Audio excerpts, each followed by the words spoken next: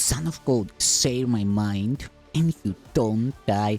This is the season 1, the episode 509 in the series How to Manifest Immortality. And the name of today's teaching is From Darkness to Light. When you are weary, remember you have hurt yourself. Your comforter will rest you, but you cannot. You do not know how. For if you did, you could never have grown weary. Unless you hurt yourself, you could never suffer in any way, for that is not God's will for his son. Pain is not of him, for he knows no attack, and his peace surrounds you silently. God is very quiet, for there is no conflict in him. Conflict is the root of all evil, for being blind, it does not see whom it attacks. Yet it always attacks the Son of God, and the Son of God is you.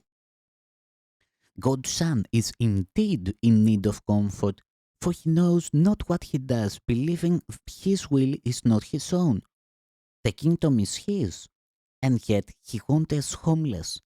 At home in God, he is lonely, and amid all his brothers, he is friendless. Would God let this be real when he did not will to be alone himself? And if your will is his, it cannot be true of you, because it is not true of him. Oh, my child, if you knew what God wills for you, your joy would be complete. And what he wills has happened, for it was always true. When the light comes and you have said, God's will is mine, you will see such beauty that you will know it is not of you. Out of your joy, you will create beauty in his name, for your joy could no more be contained than his. The bleak little world will vanish into nothingness, and your heart will be so filled with the joy that it will leap into heaven and into the presence of God. I cannot tell you what this will be like, for your heart is not ready. Yet I can tell you and remind you often that what God wills for himself, he wills for you, and what he wills for you is yours. The way is not hard, but it is very different. Yours is the way of pain, of which God knows nothing. That way is hard indeed, and very lonely. Fear and grief are your guests, and they go with you and abide with you on the way. But the dark journey is not the way of God's Son. Walk in light and do not see the dark companions, for they are not fit companions for the Son of God, who was created of light and in light. The great light always surrounds you and shines out from you. How can you see the dark companions in a light such as this? If you see them, it is only because you are denying the light.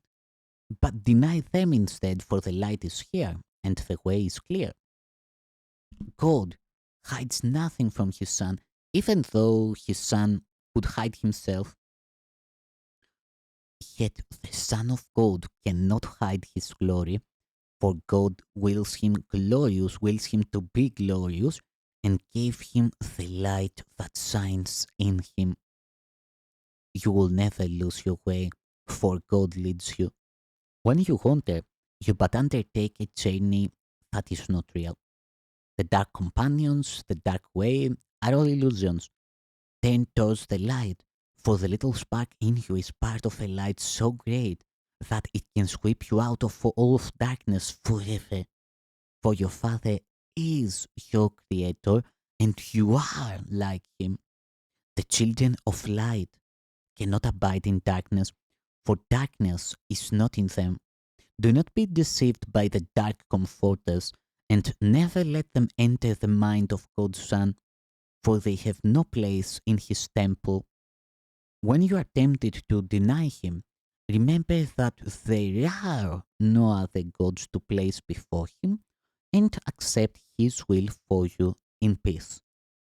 for you cannot accept it otherwise. Only God's comforter can comfort you.